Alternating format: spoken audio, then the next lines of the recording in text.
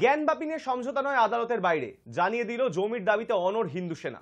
বিশ্ব বৈদিক সনাতন সংঘের প্রধান জিতেন্দ্র সিং ভিসেন সম্প্রতি আদালতের বাইরে আলোচনার মাধ্যমে জ্ঞানবাপী মসজিদ এবং কাশী বিশ্বনাথ মন্দির নিয়ে মীমাংসার জন্য হিন্দু এবং মুসলিম পক্ষের কাছে আবেদন জানিয়েছিলেন। তারই প্রেক্ষিতে এই অবস্থানের কথা জানিয়েছে হিন্দু সেনা। অন্যদিকে আঞ্জুমান ইন্তেজামিয়া মসজিদ কমিটির তরফেও জানানো হয়েছে তারাও জিতেন্দ্রর চিঠির জবাব দিয়েছেন। সুপ্রিম কোর্ট ছাড়পত্র দেওয়ার পরে গত 5ই অগস্ট থেকে জ্ঞানবাপী মসজিদ চত্বরে ভারতীয় পুরাতত্ত্ব সর্বেক্ষণ আর্কিওলজিক্যাল সার্ভে অফ ইন্ডিয়া বা ASI বৈজ্ঞানিক সমীক্ষা শুরু করেছে।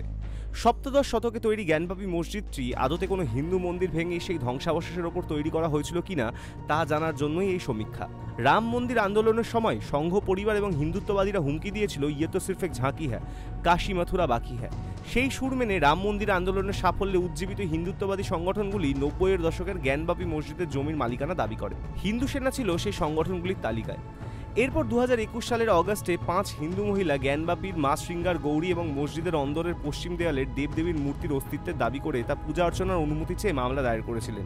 আবেদনকারী ওই মহিলাদের পরামর্শদাতা ছিলেন জিতেন্দ্র। সেই মামলার প্রেক্ষিতেই অজুখানা বা ভূগর্ভস্থ জলাধার বাদে বাকি এলাকায় ASI সমীক্ষার নির্দেশ দিয়েছে বারাণসী আদালত। ইসলামাবাদ হাইকোর্ট এবং সুপ্রিম কোর্টও তা বহাল রেখেছে।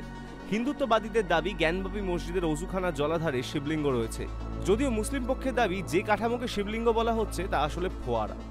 कोई लीगल वैल्यू नहीं है और ऑर्डर 23 CPC में ये क्लियर प्रोविज़न है कि जब तक सारी पार्टीज एग्री ना हो जाएं तब तक कोई कॉम्प्रोमाइज़ नहीं हो सकता है।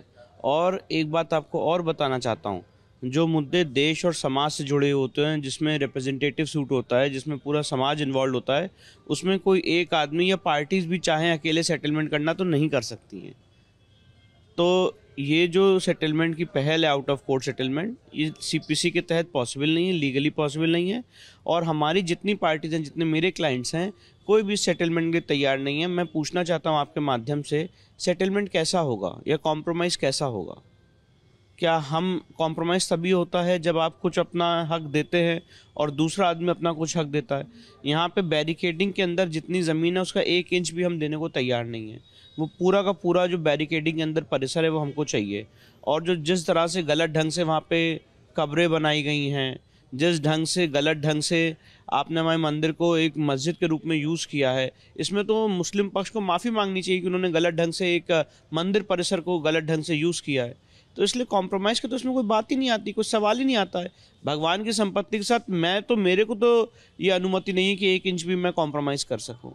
तो ये लीगली पॉसिबल नहीं है और सैद्धांतिक रूप से भी पॉसिबल नहीं। राम मंदिर वाले मामले में भी आउट ऑफ कोर्ट सेटलमेंट की बात कई बार चली थी जी। कोर्ट ने भी एक रूलिंग दिया था कि नहीं, सुप्रीम कोर्ट ने भी जब ये बात कही थी उस समय भी मेरे सीनियर हरिशंकर जैन साहब ने सुप्रीम कोर्ट के पटल में भी ये बात रखी थी कि कॉम्प्रोमाइज़ नहीं हो सकता है।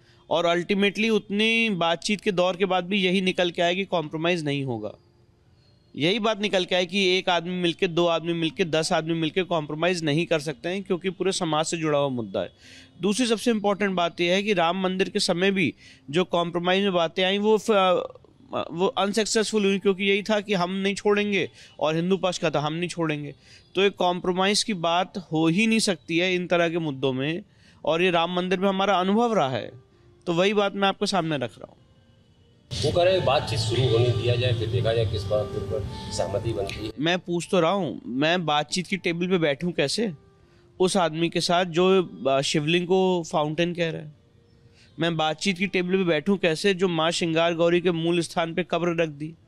मैं बातचीत की टेबल पे बैठूं कैसे जो सेंट्रल डोम के नीचे 3 हिंदू मंदिर के शिखर हैं उसको मानने को तैयार नहीं है? मैं बातचीत की टेबल पे बैठूं कैसे जो हमारे मंदिर का ये परिसर है, हमारे भगवान वहाँ पे विराजमान है, उसको मानने को तैयार नहीं? तो बातचीत की टेबल पे बैठ के क्या करें? मैं सिर्फ इतना कहूँगा, एक आप लॉजिकली इस बात को सोचिए, जो बैरिकेडिंग के अंदर पूरा परिसर है, क्या उसको वो छोड़ने को तैयार है?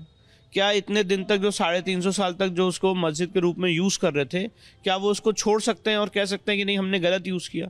अगर ये 2 चीज़ें नहीं हो सकती हैं तो बातचीत किस चीज़ की होगी?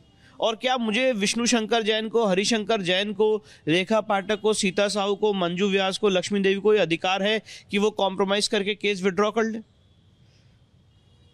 इसलिए ये लीगली पॉसिबल नहीं है। मैंने ये बात आपके सामने रखी और यही बात मैं आपके सामने रिपीट कर रहा हूँ कि ये चीज़ लीगली परमिसिबल नहीं है, पॉसिबल नहीं। High news network.